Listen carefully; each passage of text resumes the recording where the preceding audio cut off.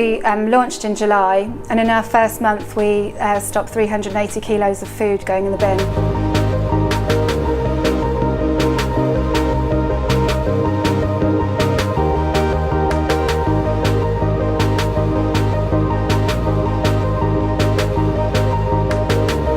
It's more than just giving and receiving food, it's about building stronger community bonds. The food comes from local businesses and individuals, like people from home, and also from a lot of allotment owners locally.